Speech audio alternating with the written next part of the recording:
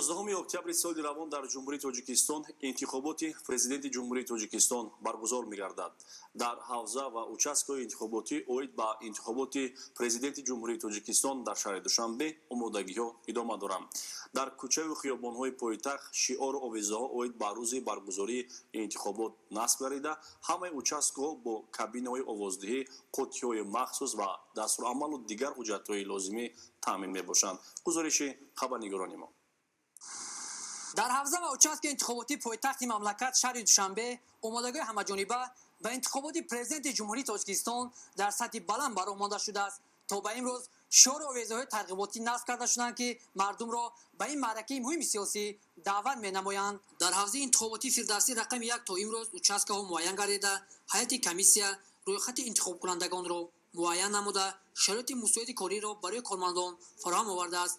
дар бинои марказии ҳавзаи интихоботии фирдавсӣ рақами 1 утоқҳои корӣ бо мизи курсӣ, телефон, интернет, факс, компютер, принтер ва маводҳои канселярӣ таъмин карда шуданд. ин ҳавза бо фарогирии 41 участки интихоботӣ ба интихобкунандагон дар рӯзи баргузории ин маъракаи сиёсӣ хизмат мерасонанд. мувофиқи ҳисобҳо, шумораи интихобкунандагон дар ҳавзаи мазкур 76616 нафарро ташкил медиҳанд. аз ин шумора 812 нафар бори аввал овоз медиҳанд.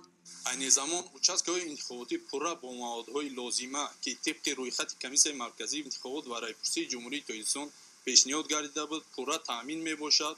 инчунин дар кӯчаву хиёбонҳои ноҳияи фирдавсӣ шиору овезаҳо низ овезон шудаанд, ки яъне шаҳрвандон пурра аз рафти интихобот, яъне саҳнаи интихобот пурра бохабар мебошанд. барои огоҳии аҳолӣ ба ин маъракаи сиёсӣ ҳайати комиссия корҳои таблиғотиро низ баромодааст ва дар овезаву шуорҳо ва буклету дигар варақаҳо тарзи иштирок дар интихобот ба аҳолӣ фаҳмонда мешавад. бо шиору овезаҳое ки дар тамоми шаҳр овеза ҳастанд, мо амиро эҳсос кардем ва ман барои ободии ватанамон ба номзади арзандаи худ овоз медиҳам. дар асоси қонуни ҷумҳурии Тоҷикистон дар бораи интихоботи президенти ҷумҳурии Тоҷикистон дар ҳамаи участкаи интихоботӣ кабинаҳо барои овоздиҳии пинҳонӣ, утоқи модару кӯдак, бунгоҳи тиббӣ омода карда шуда, ҳамчунин аз ҷониби масъулини участкаҳо шумораи нафарони маъюб ва он нафароне ки имкони ба участкаҳо омаданро надоранд муайян гардида, барои онҳо қуттиҳои сайёр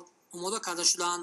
дар шаҳраке ки участкаи рақами 20 ҷойгир шудааст, тамоми сокинон то имрӯз огоҳ ҳастанд, ҳама ба рӯйхат гирифта шудааст ва рӯзҳои наздик даъватномаҳо ҳама ба сокинон спорида мешаванд ва аҳли ҷомеатчигии шаҳраки 63-ими ноҳияи фирдавсӣ ҳама якдилона ба участкаи интихоботӣ омада раъйи худро барои интихоботи президенти ҷумҳурии Тоҷикистон медиҳанд. ёдовар мешавем, ки ҳар як шаҳрванде ки синаш ба 18 расидааст, ҳуқуқи дар интихобот иштирок карданро дорад. дар маҷмӯъ дар ҳавза ва участкаи интихоботии шаҳри Душанбе омодагиҳо ба баргузории ин маъракаи муҳими сиёсӣ дар сатҳи лозимӣ идома дорад. бобокалон аминзода, мақсади мақсад, ахбор. дар шаҳри Душанбе ва дигар шаҳру ноҳияҳои мамлакат омодагиҳо ба маъракаи муҳими сиёсӣ интихоботи президенти ҷумҳурии Тоҷикистон ки санаи 11 октябри соли 2020 баргузор мешавад ҷараён дорад. комиссияи участкаи интихоботии рақами 20 ҳавзаи интихоботии Шоҳмансур рақами 3 ва баргузории ин маъракаи муҳими сиёсӣ омодагии ҷиддӣ дида истодаанд. дар участкаи интихоботии рақами 3 аз рӯзи ба тавсиб расидани қарори комиссияи маркази интихобот ва райпурсии ҷумҳурии Тоҷикистон дар бораи ташкил кардани комиссияҳои ҳавзавии интихоботи президенти ҷумҳурии Тоҷикистон нақшаи корию реҷаи навбатдорӣ тасдиқ шуда, кор аз рӯи нақша ҷараён дорад.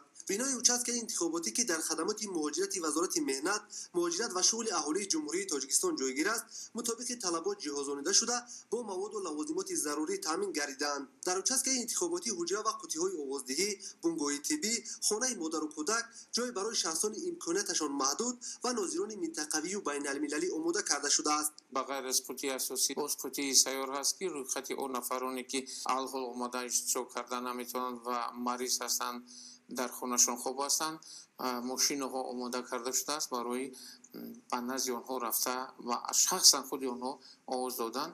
қуттии сайёр омода ҳаст. ва ҳамзамон ман бо боварӣ гуфта метавонам, ки намояндагони участкаи интихоботӣ имрӯз бо як рӯҳияи баланди ватандӯстӣ, меҳрпарварӣ, эҳтиром ба сиёсати имрӯзаи давлату ҳукумат хизматрасонӣ барои халқи оз диҳандат кунанд. با مقصد شرکت فعال رای دهندگان و اطلاع بیشتر درباره انتخابات پرزیدنت جمهوری تاجیکستان در داخل و بیرون بینای کمیسیون اوچسک انتخاباتی شعار و آویزه‌ها نصب شدند. مسئولان کوشش دارند که انتخابات در پیش ایستاده برای متحدسازی تاجیکستانیان، تحکیم هرچی بیشتری وحدت ملی و صلح و ثبات در مملکت مساعدت کند.